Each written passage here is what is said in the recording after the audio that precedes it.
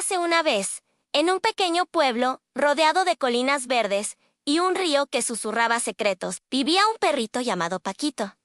Paquito no era un perro común y corriente. Tenía un pelaje color café con leche, orejas caídas que se movían con cada paso, y una cola que nunca paraba de agitarse. Pero lo que realmente lo hacía especial era su pasión por los palos. No importaba el tamaño, la forma o el color. Si era un palo, Paquito lo amaba. Su dueño, un anciano de buen corazón llamado Don Ernesto, sabía de esta peculiar afición. Todas las mañanas, después del desayuno, salían a dar su paseo diario, Don Ernesto con su bastón de madera y Paquito, con la esperanza de encontrar un tesoro leñoso. El primer día de nuestra historia, el sol brillaba con una luz dorada que hacía que las hojas de los árboles parecieran de oro. Paquito y Don Ernesto caminaban por el sendero que llevaba al bosque de las 1000 sombras. A Paquito le encantaba este camino, porque siempre había palos nuevos y emocionantes que descubrir. Apenas habían caminado unos metros cuando Paquito vio su primer objetivo. Era un palo delgado y largo,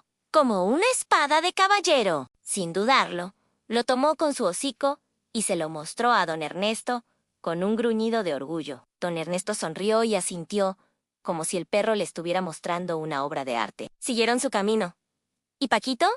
Encontró otro palo. Este era más grueso y corto, como un martillo de juguete. Lo dejó caer junto a su espada y siguió buscando. El viaje de esa mañana se convirtió en una expedición de recolección de palos. Encontró uno en forma de tenedor, otro que parecía una E, y uno tan pequeño que parecía una ramita de canela. Paquito estaba en su paraíso particular. Mientras caminaban, Paquito se topó con un grupo de conejos que jugaban cerca de un arbusto. Los conejos, al ver a Paquito, se asustaron y se escondieron. Paquito, con su palo en la boca, se sintió un poco triste. Él no quería asustar a nadie, solo quería jugar. Dejó el palo en el suelo y se acercó al arbusto, moviendo la cola para mostrar que era amigable. Los conejos, al ver que Paquito era inofensivo, asomaron sus narices. Paquito, en un gesto de amistad, les empujó suavemente el palo con su hocico. Un conejito valiente se acercó y lo olfateó. Paquito se sintió feliz. Había compartido su tesoro. Esa tarde, la aventura continuó. Don Ernesto y Paquito llegaron a un claro donde había un gran roble. Al pie del roble, Paquito vio el palo más grande y robusto que había visto en su vida. Era casi tan grande como él. Paquito, con todas sus fuerzas, intentó levantarlo, pero era demasiado pesado. Gruñó, lo empujó, lo mordió, pero el palo no se movía. Don Ernesto, viendo la lucha de su pequeño amigo, se rió suavemente.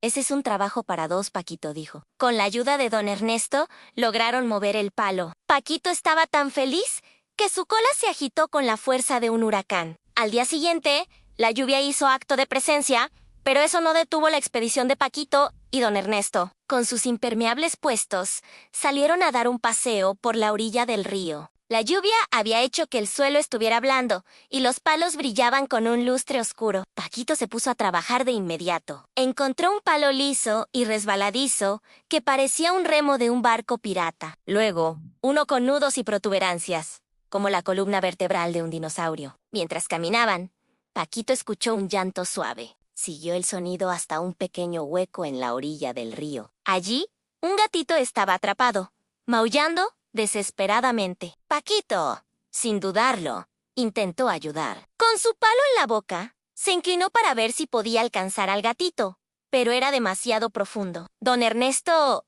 al ver la situación, entendió la intención de su perro. Con mucho cuidado, usó el palo de Paquito para crear una pequeña rampa. El gatito, asustado pero valiente, subió por el palo y salió del agujero. Paquito lo olfateó suavemente, y el gatito, agradecido, se frotó contra su mejilla. El palo de Paquito no era solo un juguete, era una herramienta para hacer el bien. Con el tiempo, la colección de palos de Paquito creció y creció. Tenía un rincón especial en el jardín donde guardaba todos sus tesoros. Había palos de todos los tamaños y formas. Un día, un grupo de niños del pueblo pasaba por la casa de Don Ernesto y vieron la colección de Paquito.